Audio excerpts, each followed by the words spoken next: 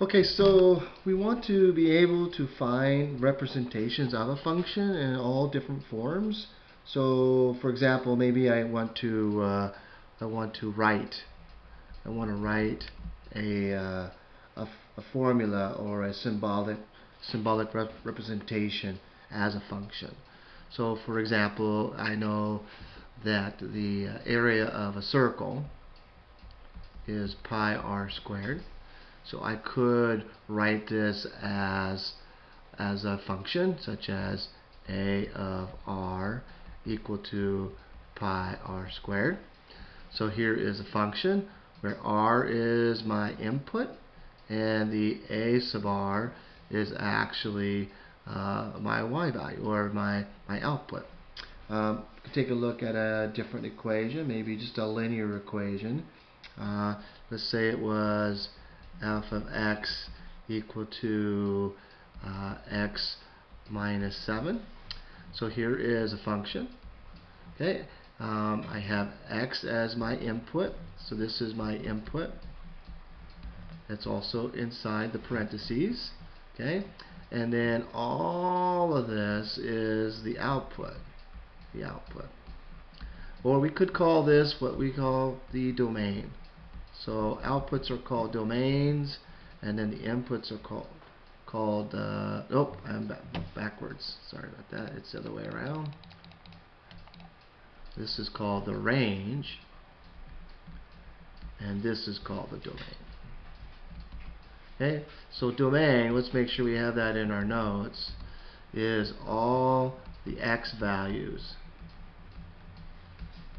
that form the graph, table, the equation. Okay, and the range is all the y values. Okay, all the y values. So make sure this is in your notes and that you have that set. Okay. Now, if we want to define a numerical value or numerical representation, let's say that we have this equation here. It's f of x equal to, let's do x squared minus 1. Okay, so that's x squared minus 1. Let's make the 2 a little bit better.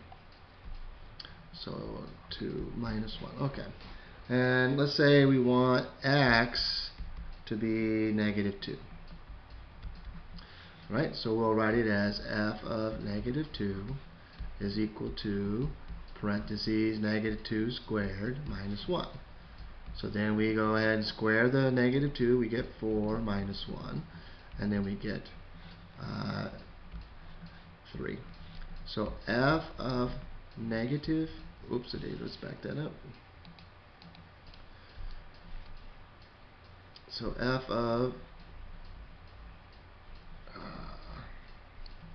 having some difficulties here, still trying to figure out my mouse and how things work. Negative 2. So f of negative 2 equals 3. So there is a good example where here is my x value and this is my y value. Okay, and so again, it's like a coordinate point. We actually know a coordinate point, which is negative 2, 3. Okay, so this is actually the coordinate point that we just inputted to find. Okay, so that gives that kind of thing. Now, if we were to go ahead and graph this equation, we would make maybe more points and plot it, but we could create a table or a graph from that table. Okay, and so here we have a negative 2, and then 1, 2, 3. So here is that point. If I did 2, that would give me 4 minus 1, which is 3 as well. So that's right here. Okay, and then we know it's 0. So we can see that this is a parabola, right? This is a parabola, and we can see that this is also a function. We can see that none of the points that we see on this particular graph is creating any two y values for the same x. And that's an important piece to see when we see that. But here we have done all these things. We've seen what the formula looks like, and how we write it now as a function. We now know what the inputs and outputs are and what the range and domain mean. We also can put numerical values and representation to do this type of setup.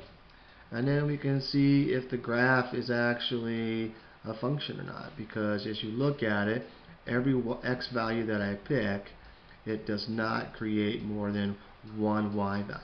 And that's what we are focusing on, because that's what a function is.